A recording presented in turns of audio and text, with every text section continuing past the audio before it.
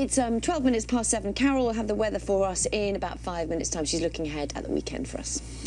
A Scottish woman is today spending her 20th birthday in a maximum security jail in Peru after she was arrested on suspicion of drug smuggling. Melissa Reid and 20-year-old Michaela Connolly were detained by police after they tried to board a plane to Spain with £1.5 million worth of cocaine in their luggage. To talk about their case, we're joined by Sandra Gregory, who was convicted of drug smuggling in Thailand. Morning to you, Sandra. Morning, Louise. We'll talk about them in a minute, but just to sort of set the scene for viewers as well. So you were caught and jailed for trying to smuggle heroin out of Thailand. How did you get yourself into that position? It's a good question. And you know, I'm not sure I asked myself the same question. I was silly. I went to Thailand on a holiday. I had a 3-month ticket. After 2 months, I thought, oh, I'll probably last 2 months, I haven't got that much money. But after 2 months, I realised, oh, I can get work in Bangkok. Got work in Bangkok, forgot all about my return ticket. Yeah. Didn't think about coming home because it was fabulous, wonderful. Beaches, parties, sunshine. And after 2 years, once I was quite ill, I'd had amoebic dysentery and dengue fever. There'd been a military coup, which was quite traumatic and bloody. Things were going on at home. I needed to come home. And rather than pick the phone up and ask my parents for help, I took a rather bad man up on a rather bad offer. And he asked you did you know that you were going to be...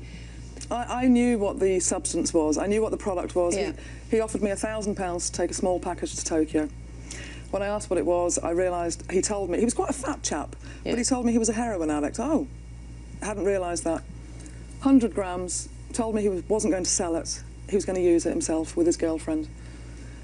And I suppose I managed to convince myself that it wasn't so bad, because he wasn't going to sell it, and it'd be OK, just do this one thing and I can go home and everything will be fine and nobody will know that I've had a really bad holiday and yeah. I can take presents and it'll be fine.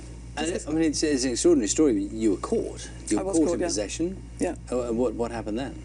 Well, it was a tip-off. The British Embassy tipped off the chap that I was carrying for. We were together. So when we got to the customs office, they said, oh, hello, please come this way. We've been waiting for you. And said to me, are you with him? And I went, yes, I am, yes. I thought we were being escorted onto the plane because we were late.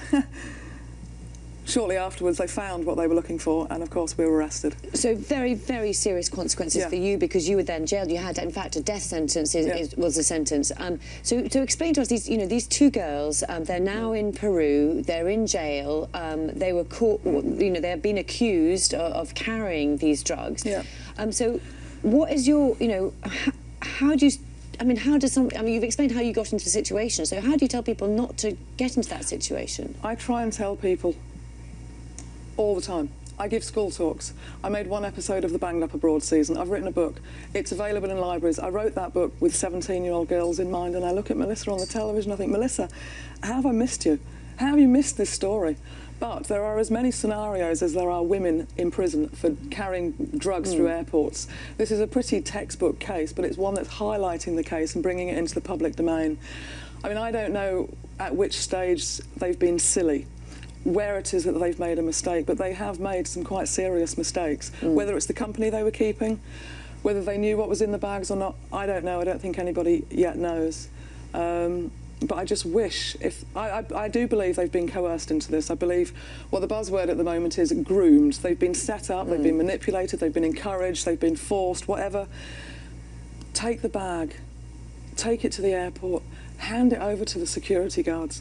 Well, I suppose, the story that's emerging so far, and as you say, we don't know the details yet, is that they believe they were being threatened. There were threats hanging over them. And I suppose at that point, however bad the decision already has been, to do what you're saying and go straight to the authorities or straight to customs and, fess up then, in the back of your mind, you're young, you think those threats are real, you're possibly thinking the consequences of being caught are not as bad as the consequences of what might happen if you don't do what they've asked. What experience have these young girls got of gangsters? Hollywood, the television, where they follow through with threats.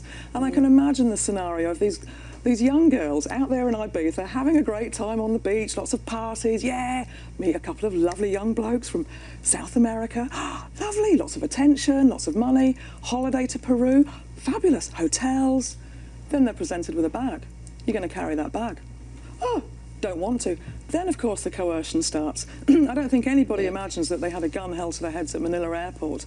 But when a gun's pulled out in a Peruvian hotel, anybody's going to be scared, especially if you're 19 years old and you're 7,000 miles away from home.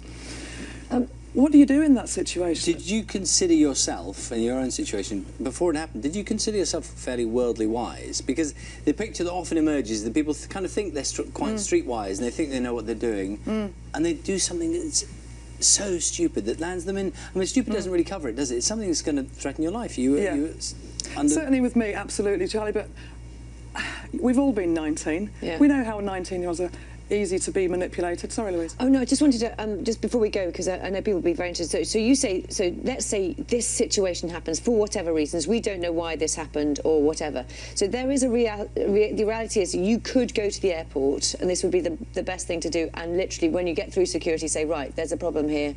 There's something in my bag, and because that is, you know, people will really worry about doing that too. Absolutely, but what advice would you give if it was your daughter? She's mixed up with the wrong company. All of a sudden she's in Peru, she's in a hotel room being presented with a suitcase that she's been told she's got to carry. Or I'm going to go and shoot your parents in Scotland. What do you do? And it's very easy to scare a 19-year-old girl. I would like to think, pick up the bag, OK, get yourself out of this situation, take it to the airport, give it to the police. Very interesting hearing your thoughts, Sandra. Thank you very much for coming for us. Thank you. It is just coming up to